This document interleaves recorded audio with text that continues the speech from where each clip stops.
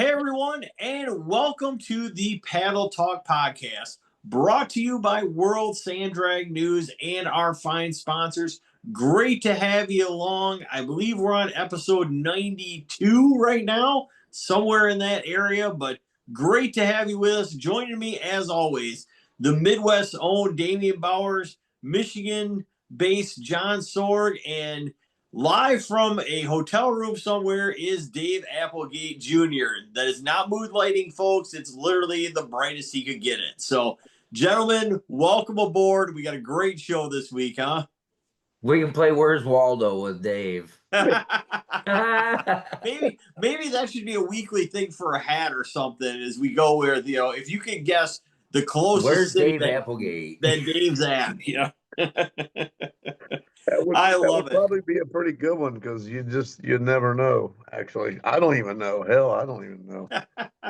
All right, and just a reminder, all this great content brought to you by some of our fine sponsors. Starting off with our friends over at Silverback Offroad. If you're looking to cruise the Silver Lake Sand Dunes in style, whether it's a sunset cruise or an all-day deal, have no fear. Silverback Offroad Rentals has you covered. Stop in and see them. They're located very conveniently right close to the entrance of the dunes, or you can find them on Facebook or the internet. That's Silverback Off-Road Rental.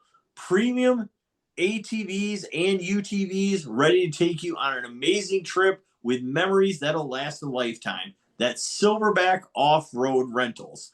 And Johnny has one for Silverback Off-Road Speedway. Yeah, you can also go to Silverback Off-Road Speedway and check out the racing action October 11th at 7186 West Deer Road in Mears, Michigan. So come check it out, October 11th, the R3 Fall Showdown. And that's their last event of the 2025 season, correct? That is it. The doors closed for the winter after that. So get in there, get your action on, and have some fun. That's right. And which means it's right about time to get going on that new build. And our next sponsor can help you with that. Racing in the Dirt out of Cleveland, Wisconsin, ready to take up your next build or supply components for a current build you have going. They do everything from wheels, tires, cut tires, components, rollers, or turnkey race cars. They are ready to help you and your racing program. Like I said, Cleveland, Wisconsin, you can reach them today at area code 920-693-2000. That's area code 920-693-2000. Or find them on their Facebook page at Racing in the Dirt or racinginthedirt.com. Any of those ways, you can get a hold of Scott, Shane, and the crew over there, and they are happy to put their over 40 years worth of experience in the mud, sand, and dirt to work for you. That's Racing in the Dirt. And also, newest sponsor here to World Sand Drag News and the Paddle Talk Podcast is our friend Doug Vinlett and the crew over at 3-1 Go Life. That's the number 3, 1 Go Life. You can find them on YouTube. They are also hosting the Dirt Podcast where they get into some behind the scenes sand drag stuff and that sort of thing. But great show and great YouTube channel over there. 3-1 Go Life over on YouTube. All right, so we are going right into our recap section and the big race we had from last weekend, the Southern Power Sports Drag Racing Series, making a stop in Cleves, Ohio, home of Gravelrama, hitting the pea gravel. Dave Applegate was on site the entire weekend, as was Damian Bowers, ready to go. Dave, what do you got for us, buddy? We've got quite a bit, actually. It was a good weekend. I was a little bit concerned. I think we all were with Mother Nature there in the beginning, but Mother Nature kind of gave us a break, and it actually turned out for the best. Damien, what they do? They watered the truck once a day. I think that was all we had to do, if I remember correctly. They did it every so often, especially during the daytime.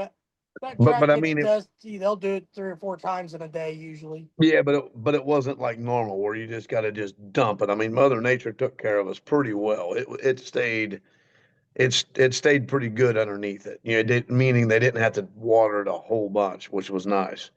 Um, the I mean, really, I mean, Thursday night we had quite a few people come in. Friday was good. Saturday was good. Had a good turnout. Especially right after the Outlaws. That's what I think kind of hurt. You know, the Outlaws was the weekend before at Brookville.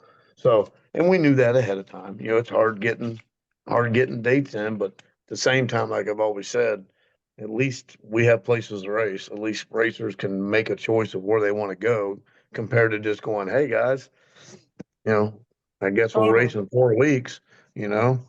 Yeah, So, a really good problem to have. I mean, let's face it. I remember the days of racing in, last part of August, first part of September, and then wondering if you were going to be able to race anywhere for the rest of the year and making a trip down to Last Blast. One, because it's a good time, but two, because that was the only race left after Labor, pretty much. So, and we were also, I'll be honest, I don't know if people think about this, but we were kind of competing with Edgewater because Edgewater had a big race, and I had some buddies of mine that lived right between them. And a buddy of mine said, "Man, I was sitting out on the back porch. I could hear whoa on that end and whoa on that end." He goes, "It was the coolest damn thing ever." He said he could hear them both tracks going. So really, really neat. But Damien, what did you think of it when we first got there on Friday? I mean, decent On crowd. Friday, as much as I loved the racing and the track was great, Friday was kind of a low car count. It was a bit lower than a lot of us really expected even. Yes, yes, yeah. Saturday came around. Now Friday night we gained a few, but during the day, Friday, it was like, but it picked up. It did good. I think Friday night was 40 between pro and super pro. I think, well, I've got it right here. I didn't add it up, but I think it was like 46 or something between the two. Wasn't horrible, but Oh, that's good. yeah, and that didn't count our 350 index and all that other stuff. So, but anyways, we'll get to results on Friday. On Friday we had 350 index, we had super pro, and then King of IOK and side by side trail is the classes that we ended up running.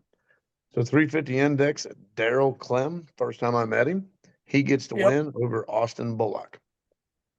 Yeah, that little 6 liter powered dragster, really light car, was the original. The first time I seen it in sand, remember seeing it in sand, it was one of Jim Brumball's blower cars. No, I didn't know that. Okay. And then to clear some things up, we go to Super Pro and Pro. Now, everywhere that I go, and Damien and John knows this, Super Pro and Pro is a name that a lot of people don't know, and it's kind of making some confusing things out there. But Super Pro is a bracket. It's 449 and faster, and Pro is a bracket at 450 and slower. Instead of saying fast class, slow class, or whatever, I just call it Super Pro and Pro. The winner of those two run each other for king of whatever track that we're at. So this weekend, on Friday night, Cameron Krug gets the win over Ryan Wilson. That was a pretty good race, Damien. Would you not agree? That was a good Oh one. yeah. And not only that, but at Tri County, um, uh, shoot, God, why can I never remember her name? His girlfriend won. His Zora, sister. Zora. Sister, no, Maddie. Maddie. Yes, thank you. His sister Maddie won. Sorry, thank you. I get them confused. There's so many. I don't know, man. But yes, so we had Queen of, and then we had Cameron, taking it, and then we go into our pro bracket, and Avery Harrison gets the win in pro. And I can tell you, I heard a lot of applause when he got that win. Damon, am I right? I mean, Oh yeah. everybody was behind him to get it. Nothing against Rick Daly, because Rick Daly came all the way from Lisbon, and Rick runners up in pro. So then we went into King of IOK, which is one round. I give out some banners from HPT Turbos. And so that was Cameron against Avery, and Cameron takes it. So back-to-back races, that family has taken either pro, super pro, and king of the particular track. So congratulations to those families. And then we had side-by-side trail on Friday. And TJ McDonald, one of the sponsors, everybody calls him TJ Mack, he takes home the win over Oliver Couture. Everybody calls him Matty. And Oliver, I never met Oliver. Damian Oliver's a cool dude. Did you get a chance to meet him? I don't think I really got a chance to talk to him much. I should have had you two hook up. You guys would have been, he's really, really cool. And then we, let's see, Friday, we didn't get done till, what was it? Quarter till 2, 1 o'clock? Friday we did get done around midnight. Was it around midnight? Might have been. Yeah. Might have been. So then we move into Saturday and we started off with our kids.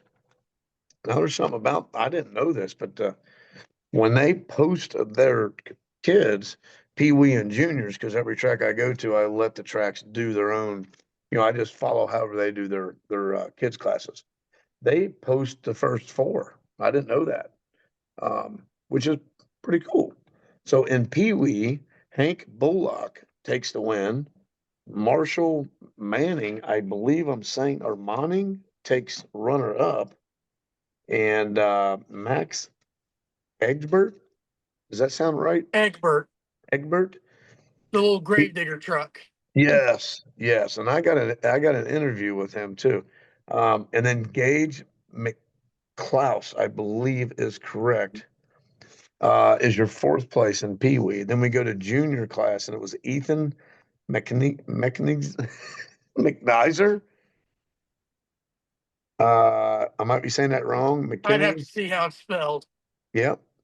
McKenna Lusby got runner up. Brennan Berlin and Presley Drew, it looks like, the best that I can read, was our Pee Wee and our junior classes. And I'll tell you, that took a while. There was a bunch of them. There was a lot of them. Wouldn't you agree, Damon? Mm-hmm. I think That's they started good. I mean, big junior and Pee Wee class, man. That's awesome.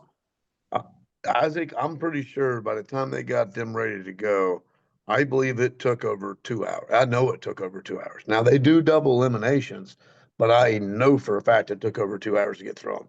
Wow, that's impressive. That really is. It was really good. So on Saturday we had 4.0 index, open bracket, side-by-side sportsman, side-by-side pro mod, 4x4 ATV outlaw, and 4x4 ATV pro mod. So in our 4.0 index, we had Dylan Krager take the win over Wayne Gunther. Now, I had no idea how many Kragers there are because I was helping doing registration. And as everybody was registering, I'm like, Krager. I'm like, are you guys having a family reunion today? Like And there was only about a half of that bunch. it. I was waiting to see like a picnic table all set up and they're having a little, baskets of stuff to eat and I don't know, grilling out. I thought we was, playing tag football in the back or something. I thought I was at a family reunion. There's a bunch of them. And so anyways, 4.0 index, Dylan Krager takes a win over Wayne Gunther. Open bracket. Open bracket was pretty interesting. Damien, did you not get to the quarters if I remember right? I got to the quarterfinals, ended up losing to Austin Bullock. Okay. Which Austin goes on and takes the win in open bracket. And I believe there was 52 in open bracket, if I remember correctly. That's a So big class. wasn't bad. If I remember correctly, I think it was 52. He takes the win over, believe it or not, Mr. Wayne Gunner. Oh, Wayne So- podium twice in one night. Twice. Yes. Wayne was beating that poor little Hemi to death. Oh, he was, and I got to give credit to Wayne. I got there, I was starting to do up the banners or put the banners up. Wayne, I turn around, there's Wayne here holding them, help me zip time. Wayne's just super good people, man. Then we go to side-by-side sportsman. That was a pretty good size class. I think there was like 14 in that class. Side-by-side sportsman's just a bracket just for side-by-sides. And believe this, Isaac, Caleb just moved. It's Caleb's here now, for everyone knows, and John Sorg. Curtis Combs gets the win in side-by-side Ah, sportsman. What? He was a trip. I'm telling you, I would walk by and he'd be like, "Hey, Dave." I'm like, "Yeah." He goes, "Are we running? Am I ready to go?" I'm like, "We'll call you." I just want to know. I was kind of wondering because he didn't have his car. He had nothing to drive. So he was in his, what was that, a Razor? Yeah. I think it was a Razor, orange colored. Man, he was on fire, dude. He was ready to race. He would have raced Billy's moped. I guarantee it. It wouldn't have Oh, cared. He was I know, and you remember back in the PTN days, Curtis, how wild he was back then, Isaac. yes. Yeah. he is so cool. So, anyways, Curtis Combs gets the win over TJ Mack. So keep in mind, TJ won side by side trail, which is stock side by sides, goes into our side by side sportsman, which is any side by side as a bracket. So he podiums twice this week, that weekend. Nice. So good job to TJ Mack. Then we go into our side by side pro mod. Mr. RPM Cycle ended up getting #1 qualifier at a 375. Alex Kopecki got a #2 qualifier at a 383, I believe it was.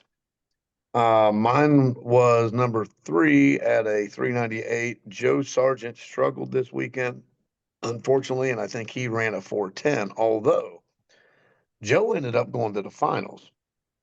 Alex Kopecki gets the win over Joe Sargent. So in side-by-side pro mod, your winner is Alex Kopecki. Runner-up is Joe Sargent. So congratulations to them. I know Alex has been to every single one of my races Wow. for 2 years. The only one he has missed was, I can't remember which one it was, but he missed one, Tri-County. He missed one due to having a baby. Oh, So, yeah. And then we go into our 4x4 ATV Outlaw class. Jeff Ross takes the win over Seth Smith, and that's not SETH, that's SEF. So I've never seen that name before. And but yeah, congratulations to them. They turn around, they kept the one bike the same. Well, it was the same bike, but I don't remember what they did to it. They did something to it to fit the next class and slowed it down. Um, and then Jeff rode his other bike and they swapped. Seth Smith gets the win in 4x4 ATV Pro Mod, and oh, I got that wrong. Jeff Ross takes runner up. So that went backwards. Then we go to the big boy stuff. We had 8 top eliminator 295 cars, which I was very excited for. I know me and Damien were happy about it for sure. And man, there was, let me just, who was all there while we're here? Let me see here. We You had had Cody from bottom to top. Jack Trainer, John Trainer, Yep. Cody Trice, Josh June, Sterling, Kathy Ellington, JR Austin Culver, Bullock got in the class. And now my brain's drawing a blank. JL Culvert, Yep. Josh Burling, Pat Uriga, Yep. Pat Uriga. So our #1 qualifier, I believe, was Mr. John Trainer at a 297 with a 6. 6. Yes. So they fought their way through there, and Cody Trice gets the win over John Trainer in the finals. Late, very late. I don't know what time it was, but it was pretty late. But that was a pretty impressive run seeing them guys go down there, man. Oh, It was yeah. wild. We actually had our quickest run, I believe, was it John at a 290? Yes. I had that somewhere. Sorry, but I think it was John at like a 290 with a 2. that's moving. Yeah, yeah. It was impressive. We actually had 290s. We had 2 people hit 290. But yeah, it was a great time. Enjoyed it. It sounds like it was a fantastic turnout for the weekend. It actually Yeah. was, considering that Brookville was the weekend before. Yep. I think it went really, it was good. It was I would good. agree. I would It agree. was good. I got to meet a lot of people that I've never met before. Pat Uriga, Josh Burling. Josh Burling brought 3 rides. He brought a 295. I believe it was him. He brought the 295, the old coupe looking thing. The red and black says something Hellraiser or something on the That side of it. wasn't Burling. That was That's Pat. not Burling. That was Pat Oh, that's Uriga. Pat Uriga. Sorry. That's what I'm. Yeah, that's his Yep, Pat girl's car Uriga. now. Yep, and then they had another one. They brought 3. No, Pat and Earl, or Pat and Ivan and the girls, they brought the Going Through Hell, and then they brought the dragster that they run 295 with. Okay. Burling's, Okay. they did bring 2. I didn't see the Graveyard Shift Toyota too much, but it was down there. It made a Okay. pass or 2. Now, Damien, I'm gonna ask you a question, then I'm good. As soon as I ask Damien this question. What was the coolest, and we've got to get a picture of this and put on the podcast. We have to. What was the coolest thing on the kids? The On the wheelie. what? The wheelie in the kids. I unfortunately wasn't down there for that. I just came across that picture here a little bit ago. Yeah, there was a little boy and the gravedigger looking thing Yeah, pulls the Max wheel. Egbert, Mark Egbert's son. Matt Yeah. Egbert Mark and Matt Egbert are brothers. They run a black Ford Ranger down this way. They used And to have it's an old wicked. black F-150 back in the day. And they're starting to get their kids into it. And that Gravedigger, apparently, it's launching hard. Yeah. Well, look at the black truck. That thing's 60 foot's like crazy. So yeah, we had a great time, Isaac, John. I know, John, you were considering coming down. We do wish you would have came, but we're glad that you went to Silverback and got your awards. Congratulations on that. But Thank looking you. forward to Lumber Rivers and Dregs, October 9th through the 11th here. So that pretty much wraps it up for IOK. We had a great time. I appreciate what IOK did and look forward to going back there again next year. Fantastic. And yeah, for those of you that are out there, the Southern Power Sports Drag Racing Series year is not done yet. Lumber River's still coming up. And as mentioned before, John Sorg was not at this race because John Sorg was at the Silverback Off-Road Speedway year-end banquet this past Saturday night. John, you want to touch on just some of the highlights from the points, maybe? You didn't have to do that to me. I can get you a highlight here in a second. Was it a picture of you carrying all your awards out in a wheelbarrow or something, maybe? Or All those stacks of money like Scrooge McDuck. Oh shoot, that was awesome. I've So seen some while he's looking that up. I did see some pictures up there of the food that they had. It looked like they went all out. It looked great. it was looked good. really I mean, we had really good food. Everybody brought a dish to pass along with the meat, trophies, awards, all that stuff. It was a good time. They packed half that barn. And that's a big ass barn. That is very true. So, all right, let's go. Do you have, like, say, top 4, top 5 in sportsman and pro? Are we gonna go to juniors too, or how do you want to do it? Do you have those? I do. Well, let's go. All right, let's start So, out Pee-wees. well, let's start with, let's see, I had junior was first, but I'll start with Pee Wee. Let's do this. We'll go in age. Number 5, Oliver Bennett. Number 4, Cam the Crazy Man Roth. 3, Zachary Gavin. 2, S.J. Respotnik. And number 1 was Breton Penoyer. That was for Pee Wees. Now we go to juniors. And in number 5, we had Crew Herman. Number 4, Ariella Earl. And 3, Bria Van Vielen. Number 2, Levi Ensing. And number 1, outdoing her brother, Lauren Ensing. You know, I gotta say, I hear a lot of second generation, even third generation racers in there.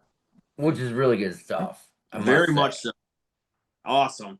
All right, so on to the sportsman. On to the sportsman, we go with number 5, Larry Brocker. Number 4, Chad Coker, tied with Brian McQuethy. Number 3 is John Stoner. Number 2, John Sorg. And number 1 in sportsman points was Sean Stoner for the season. So, okay, Johnny, I think you saw the same post that I did. Did Sean Stoner win points back in like 86 or something? Yes, which was really cool, 1986. And I never really thought about this. Kind of a cool story, but I'm sitting there in the pits and whatever, these ATV guys buy pits next to me, and I pull in and I'm talking to the guy, and he's like, yeah, I raced with your dad 20, 30 years ago. I'm like, I didn't put too much sauce into it for some reason. I don't know why. And then we got talking like a year later, and I'm like, holy shit, you were racing with my dad. He's like, yeah, I raced a lot with him. That's So that was crazy. really cool. He was back with the Hartmans, my dad, all them guys back in the day.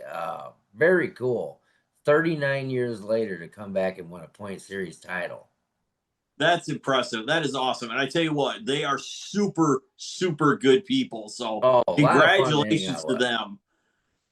They're a hell of a group, and they worked their butts off racing, and they definitely earned it. So Yeah. All right. Moving on to pro points. pro points, we'll go to number 5, Jeff Miller, and number 4, Jeff Miller. So if anybody wonders how that works, you can actually run 2 classes and earn points in each of those classes. Number 3, the old goat himself, Tom Hartman Sr. Number 2, speaking of old goats, Dean Dangerman. Wow. And sorry, buddy. And number 1, John Sorg, myself. I was able to complete it. So yeah. There you go. Is Good there a time. belt for the Pro Point Series Championship then? There is a belt. I brought home a belt. So your name is on the pro belt and the sportsman belt at this point? That is correct. I'm the only one to have my name crossed over. That's pretty cool. I gotta say, Johnny, that's pretty I wicked. like it. Awesome. Very cool. I love it, man. Well, that's fantastic. And shout out, Silverback for really putting on a good year-end deal and everything else, and kind of puts a bow on this race season, kind of, right? I mean, let's face It it. really did. And you know what was really cool, Isaac? There was a lot of people there. The banquet was actually really big this year, which was really cool to see. I mean, there was a lot of people there. Very much so. That is huge. I mean, you and I remember banquets back at the Shelby Optimist Club and people not being able to get a seat because there wasn't any left. And it was almost like that this year. There was people standing outside the barn. So it was cool. Wow. That's awesome. Well, good deal. Well, that wraps up Silverback. And I actually have just gotten some MRA results from Wagler Motorsports Park. So we can talk about that a little bit. So, all right. Awesome. So our friends over at MRA have sent over some results. Let's start out with MRA Pro Stock. And 1, 2, 3, 4, 5. 5th place was Jason Shia out of Weyawega, Wisconsin, with a 260 with an 8. Then 4th place was Wayne Bonaker out of House Spring, Missouri. Wayne with a 258 with a 1. Then Chris Bonaker going 255 with an 8, I believe. And then we deep into the top 2. And I tell you what, the top 2 are a pair of guys that know how to get things done. Will Harrison goes a 248 with a 7, but also runs a 251 with a 5 at 102 miles an hour. They were basically walking that thing out. The 60-foot was a 10th slow from what their normal 60 was, but they were walking that thing out the big end, 102 miles an hour, 200 foot. Boys, that is flat cooking. Now, which class did you say this was? Outlaw Pro Stock. Okay. I thought I heard you just say Pro Stock earlier. I was about to make a bit of a correction there. Right. And then Rick George wins the Outlaw Pro Stock class, 238 with an O, which would have been a new record, but could not match it or come close enough on his backup pass. But for you guys keeping track at home, goes 1.19 to the 60-foot. That's pretty impressive.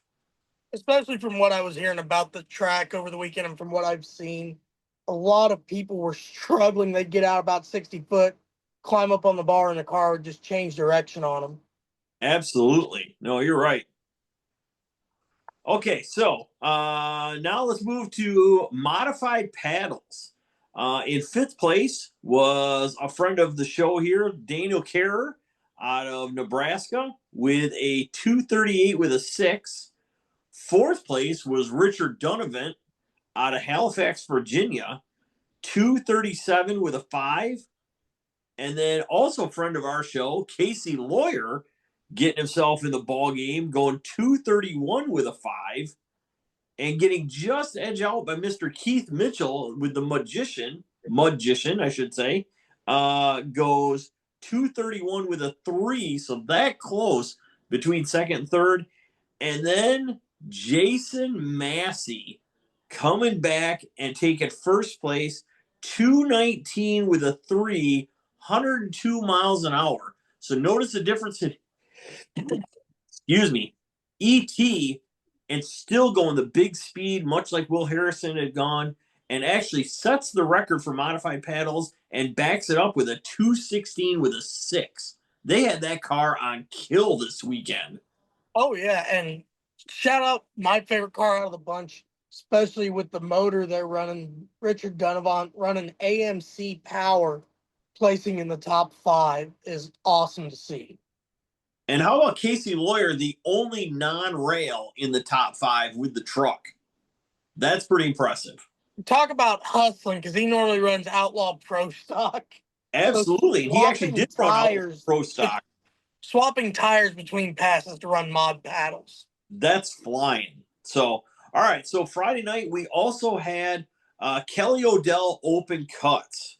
And 1, 2, 3, 4, 5.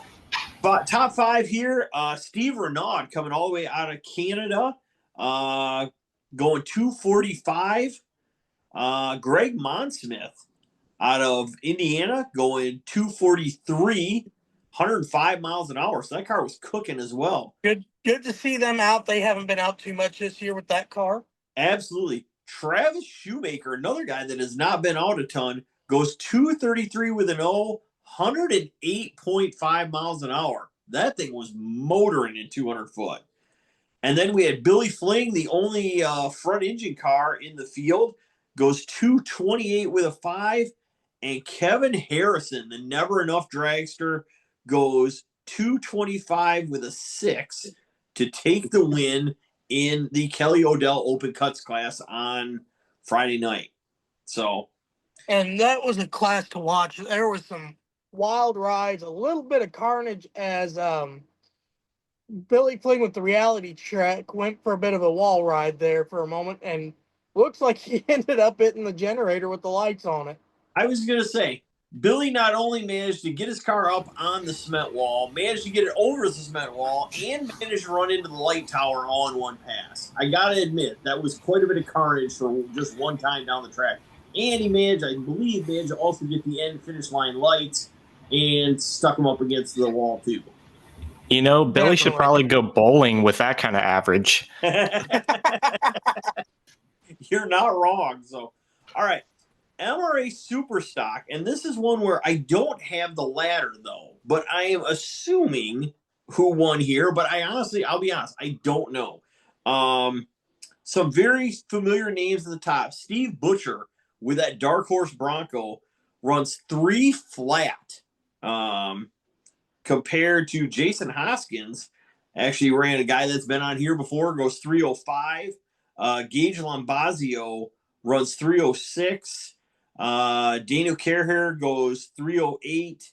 And I believe Cody Snodgrass runs a 310.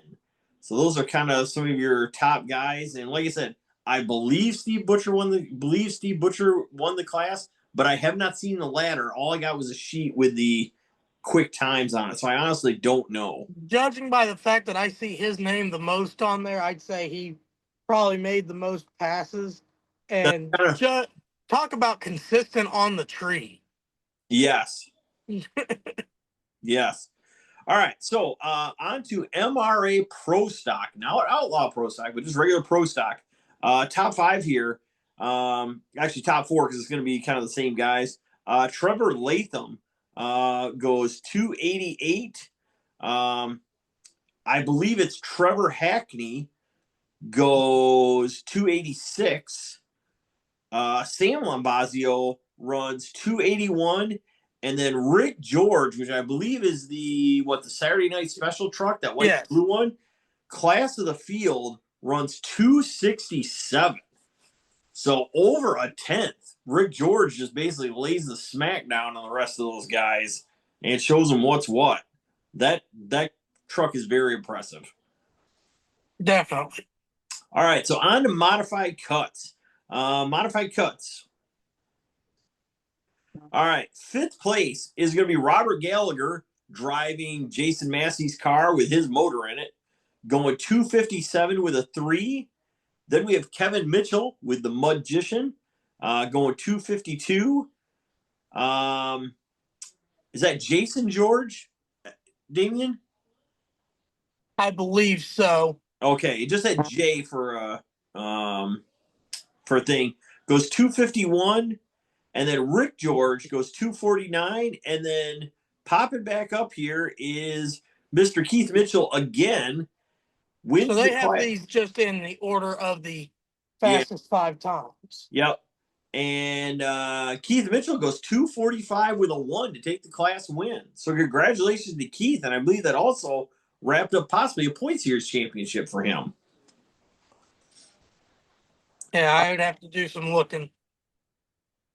All right, and last but certainly not least is going to be our friends over at the Dan Richter Open Paddle class. This is some of the fastest cars on the property. All right, we'll go top 5 again. Top 5 is going to be Paul Wessinger in the Paperboy Express, going 220. And then, well, it would have been Kevin Harrison running a 219 with a 1, but that pass got DQ'd. So then it is Will Harrison going 218 with a 9 at just over 100 miles an hour. Then we've got Steve Renaud out of Canada going 212 at 107. And then Shane Nygam laying down a lick, 207 with an 8 at 115 miles an hour. That is flying. And delay, 5 thousandths of a second. I mean, on the rest of that field, that's pretty impressive because those are all really fast cars. Oh, definitely. I was impressed. So, I'd like And from what I've heard from some of the guys that have some connections out there, all weekend they were working on the guy's car to get it running, and he made that happen with 1 pass. wow. Yeah, I was going to say, because literally when you look at the breakdown of the Dan Richter Open Paddles, Shane is at Nygam appears nowhere on the sheet except for that 1 pass to take first place. That's pretty impressive. 1 and done. I would like to see, and I know it's expensive, but I'd like to see more tracks add a 200-foot marker just And to censor. see. Yeah, just to see where it's at. And it would actually probably help some guys, probably all of us when it comes to, setting the car up, but it'd be kind of cool to see the difference. I would not disagree with that. I have some reservations there just about what timing systems are capable of and, that sort of thing. But I don't disagree with your thoughts either, Dave. I do know Portatrees definitely are capable of it. As you remember, Isaac, down at Little Sandy, their system for years had 200-foot sensors. Yes, that is very true. So, quite true. All right. So that is going to wrap up what coverage we have of the MRA series finale at the Wagler Motorsports Park. Hey, everyone, and welcome back to the Paddle Talk podcast here on World Sand Drag News. Great to have you along, and we're headed right into our preview section. But first, want to remind everybody of our great sponsors keeping us on the air. People like Racing in the Dirt, located up in Cleveland, Wisconsin. They do a fantastic job on components to turnkey race cars. Racing in the Dirt, your one-stop shop for everything dirt, sand, and mud drag racing. Give them a call today. You can get on the list. Area code 920-693-2000. That's area code 920-693-2000. Everything from DOT tires to cut tires, which are done on site. Like I said, turnkey builds, rolling chassis, components, you name it. Racing in the Dirt has everything to take your racing program to the next level.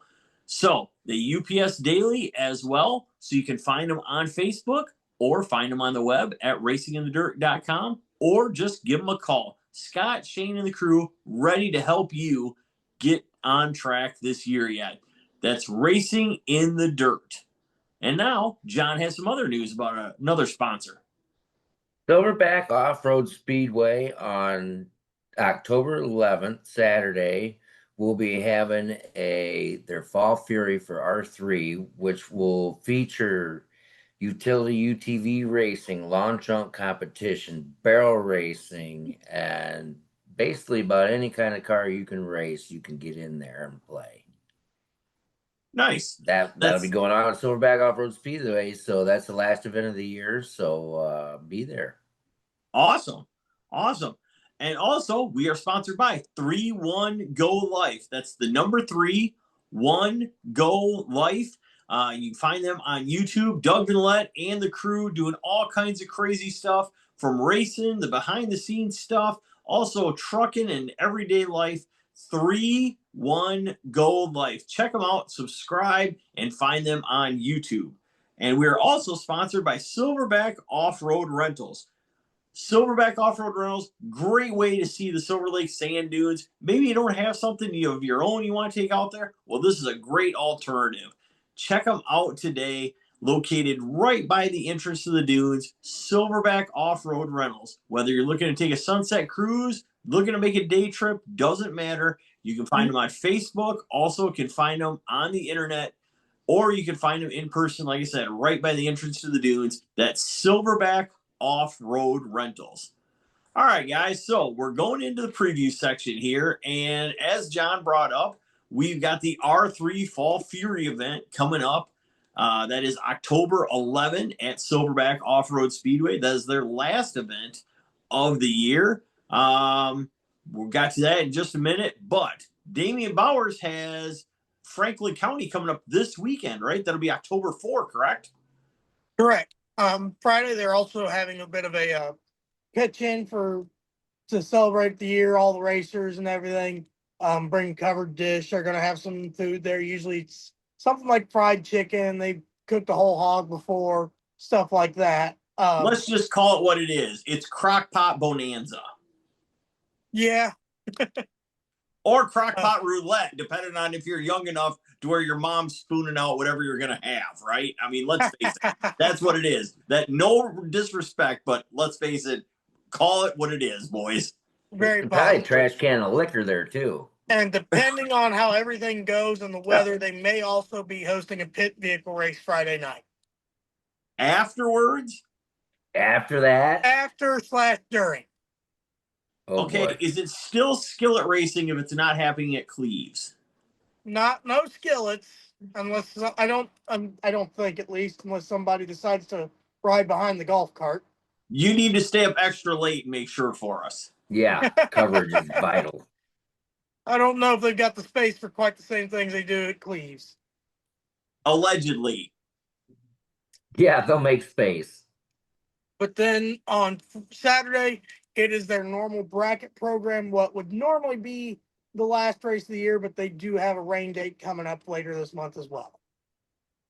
All right, which, depending on the weather, could end up in another rain date as well. Let's face it, October in the Midwest, it's kind of Yahtzee as far as what kind of weather you're going to get. As I like to say, the weatherman just goes, spin the wheel, Johnny, and throws a dart.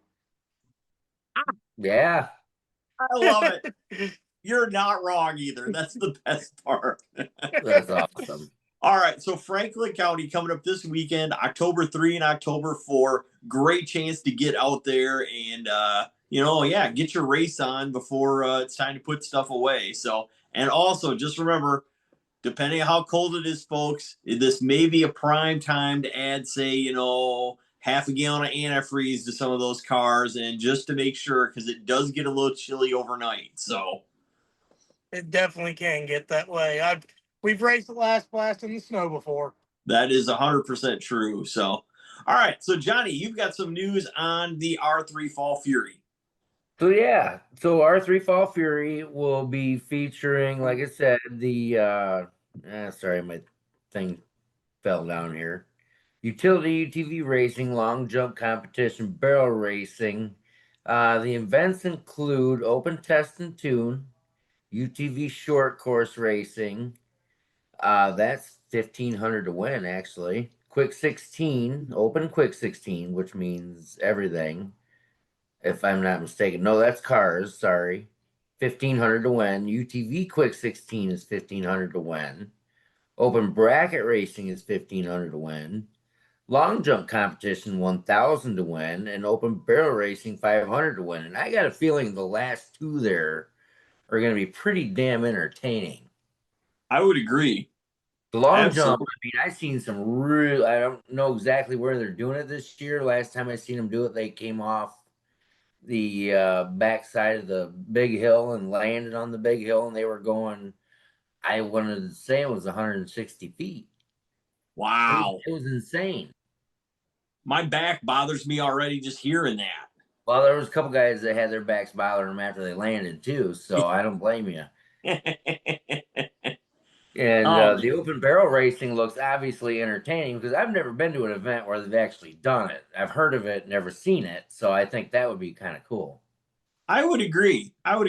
And this seems, I mean, there's pretty decent payout for an event like this, which is not, super, what I'll say, organized towards cars and trucks, and stuff like that. So, I mean, at least up in Michigan, this is a good way to get your stuff out for one last time and, make some hits and, actually do something. So I agree 100%. I mean, right now it looks like the weather's going to hold out pretty decent for it at this point in time. So, Michigan, like you said about the weather, it's just a crapshoot. Roll the dice and see what you get.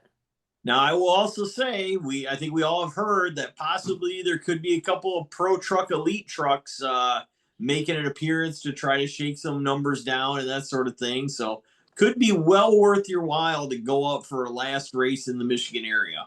I mean, it pays $1,500 for them guys. They might as well bring them up and test them out, and give it a shot. Absolutely. So good deal, man. No, looking forward to it and looking forward to some of the coverage from it. So that's next week, Saturday, correct, John? October 11th? Absolutely. October 11th, Saturday, yes. All right. So also, our friends at KOI Drag Racing are having a race at Marion County, Kentucky this coming Friday, which would be October 3. And Saturday, they'll be at Nelson County, Kentucky. And then next weekend, the 9th through the 11th, they're racing 3 straight days, I believe, at the National Trail Fest in Gilbert, West Virginia. So it should be very interesting there. And they close out with October 24 and 25. They have their North versus South race. One night they race all trucks and the truck classes, and the next night they race all the ATV stuff. So that should be a pretty good show to kind of end up their season as well. So, Damien, are you considering going to the truck one? Probably not at this point, especially with as much racing as we've got going on here in October ourselves. Fair enough. But I was going to say, along the lines of other races upcoming throughout the Midwest, you have the Texas Mud Drags finale at Upper Merrimack at Cook Station.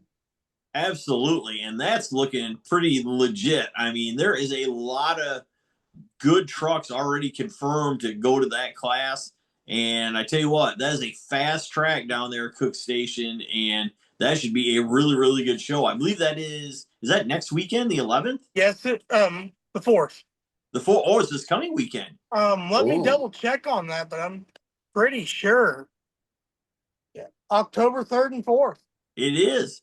All right. So, yes, Cook Station, Missouri, a definite place to be. If you want to run some heads up stuff, the Texas Mud Drags finals this weekend. And I tell you what, lot of good cars going to be on the property. Last I heard, Jason Vanderwall and the crew making the trip with the Hysteria truck down there. I believe Jake Veyerberg from Iowa is headed down with his Ranger. The Eckerts coming from where they come from, Wyoming or Nebraska, wherever they're from, coming over. I think Daniel Kerr even in their bunch possibly coming over as well. So should be a really, really good show. If you're in the area, I got to say, if you are in the area of Cook Station, Missouri, well worth going to either Friday or Saturday night down there because this should be an excellent show. Texas Mud Drags puts on a really good deal. And I tell you what, lots and lots of good trucks headed down there and fast stuff. I mean, it's heads up 200-foot mud, dirt / mud, but mostly dirt down there racing. And it's well worth it. So. All right. Yes, Dave Applegate, you have a guest for us. Well, not only that, but my next race is October 10th and 11th at Lumber River Sand Drags. That's right. We're going to Lumber River with Southern Power Sports Drag Racing Series next weekend. Yep. And we have Friday. We're going to have gates open at 9. We're going to start test and tune at 11. And our classes for Friday is going to be full. Now, this one won't have any full size. It's all side-by-sides, 4x4 ATVs, and quads. So, and some dirt bikes, not many, very few. But anyways, on Friday night, we got full plastics, for the Banshees. We got side-by-side trail, ATV trail, quick 8 bracket. We're going to have 2 qualifying runs for side-by-side Outlaw, side-by-side Pro Mod, 4x4 ATV Outlaw, and 4x4 ATV Pro Mod. Then we get into Saturday, and we're going to do our kids' classes first. Kids 12 and under, just a bracket. And then we do our last qualifying for our side-by-sides and our 4x4 ATVs. Then we have the Outlaw Nobby, the one that around here really stirs some things up because they use those L7s or whatever that's called. Oh, yeah. So that's going to be interesting, and there's a bunch of them that show up here. Then we're going to have a big open bracket, and then we're going to do our side-by-side top sportsman, our side-by-side sportsman, and then we're going to do another quick 8, but it's going to be a heads up on Saturday. So we'll have a quick 8 bracket on Friday and a quick 8 heads up on Saturday. So awesome, man. And hey, shout out as well. Like Dave said, a lot of ATV classes, stuff like that. If you're looking for a warm up before heading down to Gilbert, this is a really, really good place to go. Track is very nice, and you won't be disappointed, I feel. Yeah, there's a lot in the area that's going to Louisiana that are coming here not only to race and try and win some money, but also get a shakedown in and see what they can do down south. So really excited about it. I found out today there is 2. We're actually going to have 2 of the side-by-side Outlaw guys coming. And Casey Smith's car is supposed to be done. They're shooting for 320s. And of course, Ryan Momber's car is coming down, which I believe he's been low 30s or something like that. I think he went 11 or 11, a 317 at Shelton's though. Ooh, I was gonna say, I sure. personally have seen that car go like 40s at West Michigan, Silverback, which I'll be honest, it does not really compare well to some of the southern tracks as far as bite and everything else. So if you can run 40s up by Silverback, I feel like you can run deep 30s, maybe even some 20s down there. So that should be pretty impressive. Yeah, so I'm interested. I'm excited to see that. So, but so October 10th and 11th, the 9th, you can come in and set up, and then we're going to start racing Friday and Saturday. And I can tell you that out of all the tracks that I've been to so far, that is probably the most spectators that I've ever seen when you go to Lumber River, hands down. Yeah. I've never been to one other than like an off-road park that's got a drag strip, but Sure. other than that, it's amazing. So, but yeah, that's another one coming up in 2 weeks. All right, well, let's move on to UTV Invasion. And Dave, if you want to introduce our guests here that we've brought on for this evening, that would be fantastic. And let's get right to it, boys. Yeah, so we have Mr. Trevor Dana, and I've got to do something because I got to make him smile. So hold on just a second. We've got to do this What are you pulling up? real quick because this guy, I think I Hey got man, it. I was Oh, nervous too when he said something about making you smile. I'm like, dude, what There are you we doing? You're go. in a hotel room by yourself. Easy. yeah. There we go. There you go. All Hey, right. thanks, bud. No problem, man. Hey, look, guys, Trevor Dana. He owns Peak Performance Off-Road, and he has any time that he can get away, he's been to both my races at Silverback, and I believe he's won Yeah. both of them. I'm pretty sure, and Uh, broke both and broke. both for my class, but we took second in outlaw both times. That's right. Yeah. That's right. And broke world sand drag news record, which I We believe you did still set a hold, right? record up there. Yeah. Yeah. Yeah. So 356, 355, 356, somewhere right in there. So. yeah, yeah. With Yeah. the 50 millimeter, or was that the 46? 46. That's on our 46 mil. Yeah. Yeah. So guys, So yeah. he is on his way to the track, and he does not have good service. So I'm going to move it over to him because it seems like anytime I make a noise, it goes away from him. So Trevor, tell us a little bit about what's going on this weekend coming up in Oklahoma. And we'll be as quiet as we can so that it doesn't pull you away, because I'm watching the screen and it's, with your service, it's pulling you away. So I'm going to be real quiet, and you let us know what you got. Yeah, you're good. Sorry about that, guys. Yeah, like Dave said, we're traveling right now. We're eastern Utah, western Colorado right now. Headed to win this weekend for a race we're actually doing. We're putting it on myself and Dave and a couple other helping us. It's Clash of the Coast, East versus West Showdown. Caleb actually put the flyer together for us. We got a lot of quick cars coming, a ton of big power, like Pro R stuff coming. So for those East Coast guys that haven't seen, Pro R's making 700-800 plus wheel horsepower, they're fixing to see a bunch of them. So yeah, it'll be a good time. Car count looks going to be really good. So yeah, a lot of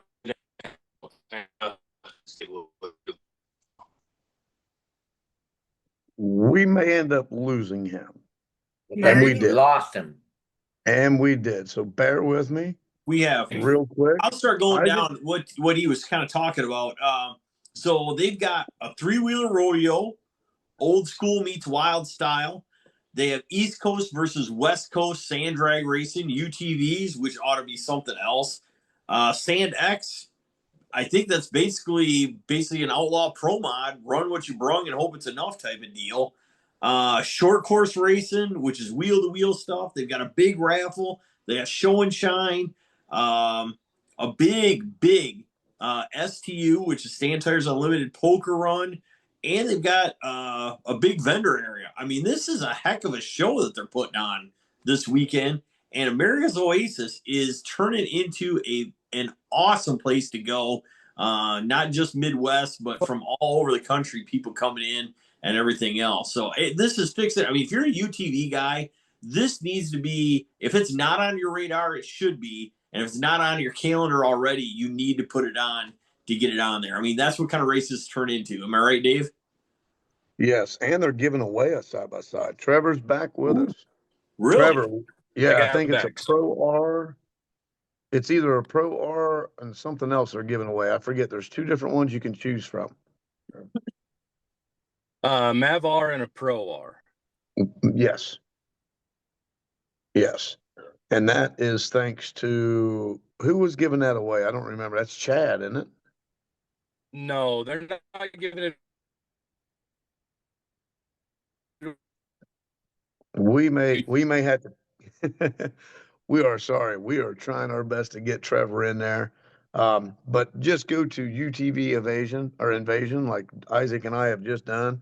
It gives you all the information about coming up this weekend. I will be there, and we'll be doing some live feed with the sand drags, and we'll be taking plenty of pictures. You just have to. I can't wait to get there. I've never been there, and I hear it's an absolute blast. So I hear it's not a super fast track, You know what I mean? Because it's a real soft sand. But That's a man, leveling field, though. That's a good leveling.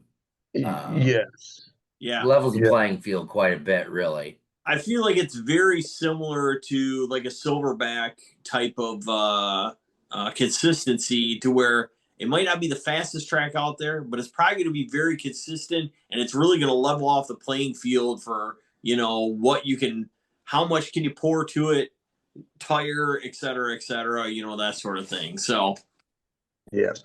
And that again is America's Oasis, and it's a UTV invasion this coming weekend at Little Sahara Desert there in Oklahoma, and Trevor Blackburn and Trevor Dana are working together as well as some others, and they have put this event on, and I'm heading out there Thursday, so we will be seeing you guys. Just be watching. I'm gonna be throwing some stuff out there and showing you what it's all about. It looks fantastic. It looks like it's a great time. fantastic, man. I love it. So, all right. So I think that's going to pretty much wrap up our preview section of the Paddle Talk podcast. Moving right along into the news section, brought to you this time by Racing in the Dirt, Silverback Offroad Speedway, Silverback Rentals, and 3-1 Go Life. All right, guys, all the news that's fit to talk about, and maybe some that's not. Let's move on to the news section, and we are joined by our West Coast correspondent, Caleb Mings. Caleb Mings, how those ATVs running the national events out there? Well, I was actually just talking to my buddy Eric Hickey. It seems like we have not done a lot of racing this year, at least in a minute. So Avenal cannot come soon enough. That'll be the There end you of go. October. Wait, is Eric thinking about getting an ATV, or is he running that No. blown small block thing? He's still running that blown small block little front engine dragster. Front engine FED. Okay. He'll probably have a small block blown ATV by the end of this. There we go. Just Don't so tempt everybody knows, so it doesn't come out the wrong way. We love Eric. We enjoy having him on. Eric is a ton of fun. And I mean, if we didn't, poke at him a little bit, he'd think that there was a problem and somebody'd be getting an email once this came out. So that's kind of how things work with him. All right. So Caleb, what do you got for us? Well, I have a little bit of outside of the sand drag world news. Obviously, we like to talk about, some different things across other drag racing in different terrain. And I don't know if you guys are aware of this, but this is something that recently just happened. The IHRA purchased the National Jet Boat Association. So all of their drag racing with boats is now going to be under the IHRA banner. And they just did a pretty cool announcement today. This is something that I would love to see the pavement counterparts take into effect a little bit more along these lines. They are going to run alongside their top alcohol hydro class a nostalgia top fuel hydro. Ooh, So that'll be combining them together, the requirements are it has to be a capsule boat, 500 cubic inch max, can be single or dual drive, and it has to be an outrigger, non-outrigger hull, maximum of a 671 supercharger, single 21 gallon fuel pump, with a single mag, and then no electronics on it other than a data logger, no maximum percentage on nitro. So true, like what we would see like in the Heritage Series for, Top Fuel Heritage Series within NHRA, but they're going to be doing that on their boat side against full modern top alcohol hydros. I think that's pretty awesome. cool. I will say this, as a guy that has gone from the Midwest out West, a decent amount and everything else, one thing I was not prepared for is how many West Coast guys are involved with top fuel, even pro stock hydros out there of the boat racing scene. That was totally a thing I was not prepared for. And a ton of guys, especially that run, we'll say, top alcohol on up classes out West on the sand, also are somehow involved in the boat world. That was really cool and something I was not prepared for when I went out there. Yeah, for sure. Just shows there's a lot of cross pollination out there between, if it's drag racing, it's going fast in a straight line. Doesn't matter if you're doing it in the dirt, on pavement, or in the water. I'm sure we'll probably figure out how to do it in the air one of these days. And Right. there goes the neighborhood. Yeah, right. Absolutely. Very The interesting. Jetsons. Tell you what, IHRA has been very active, and some of the stuff I'm seeing on social media. I mean, I'm just talking, the bags of ice every morning. They know they've been doing a bunch of pit work at some of the places. We're upgrading the, we'll say, the off ramp from the pavement to into the pit spot and stuff like that. I tell you what, having multiple places we talked about on sand, even on the asphalt, having multiple places to race is not a bad thing when they all coexist, so to speak. I feel like it could be a lot worse. Here's hoping maybe the IHRA looking to maybe investing into some sand racing at this Hey, time. you never know. You never You know. never know. And just for the record, it was the Southern Drag Boat Association that they purchased, or that's now under the IHRA banner. I wanted to make sure I got that in there. Gotcha. No, that's awesome, man. That is some great news. I think anyway. So cool. Very cool. John Sorg, got some news for us? Well, it's kind of news, but kind of not news. I was watching NHRA the other day, and I had to talk about this.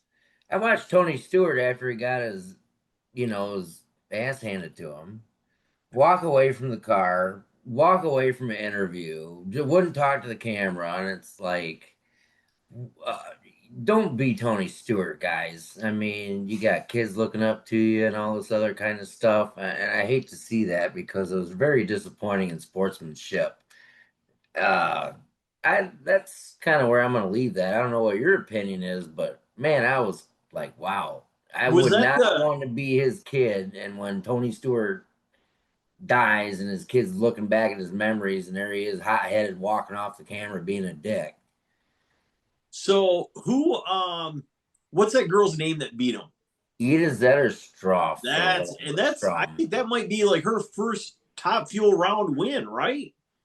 She's won a couple rounds very sporadically, but she's never gotten to the finals like that. But she earned her way to the final. She had some good passes and stuff, and she let it all hang out on Stewart and cut a perfect light and drilled him. And but she outran him too. And she did. I was going to say, she didn't just cut a light on him. She outran him on the big end. And you know what? Congratulations to that team. I mean, for some guys that may have been struggling for a little bit to finally get past things and, kind of maybe get over that hump, congratulations to them. Congratulations to her. And, Smoke, do better. Right? Yeah, do better, Smoke. I mean, dude, we're good. We like you watching you and everything like that, but get your shit together. All right. That's my take. There you go. All right. Damian Bowers, Dave Applegate. Anything to close things out here a little bit? You both have something. All right. I'll let Dave go first. You want me to go first? Yep. Perfect. All right, that'll work. Guys, this is something that's kind of cool. And the reason I bring this up is because a lot of us run these style engines on our dirt or sand drags, and that's our snowmobile racers that run on blacktop. This past weekend, they were at US 131 Motorsports Park. Jeremy Hannon, who is a very well-known racer and engine builder and tuner in the Michigan area, was there. I'm going to do a real quick rundown of what I see, just real quick, to give us an idea how fast these snowmobiles are on the blacktop. Pro Stock 800s, I'm assuming that's our 800 cc's. Guy named Walter Joy from New Jersey runs, and this is 8th mile, runs a 532 at 123 miles an hour. We're going to move down to Pro Mod. There's a guy on here that run a, what's his name? Looks like John Jacketich. I'm not sure how to pronounce his name, out of Minnesota. 490 with a 2 at 137.24 mile an hour in a snowmobile engine on a snowmobile on the blacktop. That's insane. And yeah, it just goes on. If you guys get a chance, check out US 131 Motorsports and go down through there. You'll see all the results. They've got Pro Stock, Pro Mod. Their Pro Outlaw is actually even faster, guys. They had a guy on here, Rob Lowe, 169.2 miles an hour. The actor Rob Insane. Lowe. Yeah, I don't know. But it's something to think about, you know. I mean, it's not, you know, these engines are on a lot of the stuff that we see in the sand and the dirt. You know, I've got one at my house I'm putting in too. So, pretty cool to see that, you know. So check out US 131 Motorsports Park, and they had a heck of a weekend, it looks like. Wait, what'd you say you're putting in? We'll get to that another time there, John. Okay. We don't want to. We seem to have lost the connection. All right. Oh, Damian Bowers, what are you you got? there? Now, this weekend, again, going back to the pavement world, just for something a little bit different. It's a bit of a proof of concept that Cletus is putting on with the all-wheel drive versus rear-wheel drive race. We're seeing a bunch of the rear-wheel drive guys, I guess, are really scared of big, heavy trucks and stick-shift Hondas. Because I'm seeing some very creative contraptions. Are you talking about the dualies?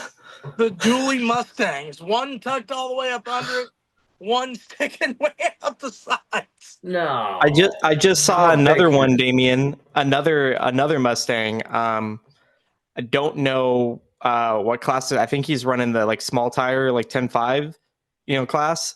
And he's got them. It's a red Mustang. I only saw the rear shot of it. That's actually the 28 10.5s. He's going down there, but he's got them tucked up all the way underneath, it looks like. It looks cool. I mean, hey, I'm cool with it, but we all know how that ended in the sand world. It's going to be interesting to see if insurance companies are cool with it, because in the sand, we ran them with paddles and they had issues where the outer wheel would break off. And that's not a fun thing to play catch with in the spectator area. And even then, I don't see it being as big of an advantage as they're thinking, because they're already hooking amazingly well with what they've got to work with. True. Yeah, I mean, and if you think about the contact patch, you're already, the groove is narrow for, when you're doing the small tire stuff, like, or no prep like that. So just I don't know. as frame of reference, I just saw a video from testing down there, and the stick shift all-wheel drive Honda that runs in that shootout just went a 5.3 at 147 on the backside. Whoa. So they are going for it. Hopefully the water burnout evens the playing field. And here's the thing. If a single tire rear-wheel drive or regular single tire on each side rear-wheel drive car wins this, can we just let all the all-wheel drive cars into these regular no prep races? Because I've heard it in the sand world. I keep hearing it in the asphalt. Oh, all-wheel drive's such a big advantage. I've got people in the sand world that ran four-wheel drives for years that don't want to run against rear-wheel drives because it's a bigger advantage. Interesting. Well, if your car's set up right, whatever your car's built, and whatever your car's built for. Yes, if your car's set up right, your suspension's right, you got enough horsepower. You, depending on the situation, you really don't need four-wheel drive. Exactly. There you go. All right. Well, hey, so we've stepped out of the sand to the asphalt a little bit, even into the water. So great news stuff. Guys, I'm going to wrap up this show with something a little different. And we're going to get outside the box here a second. Friend of our show, going through some health problems. Actually, two of them are at the moment.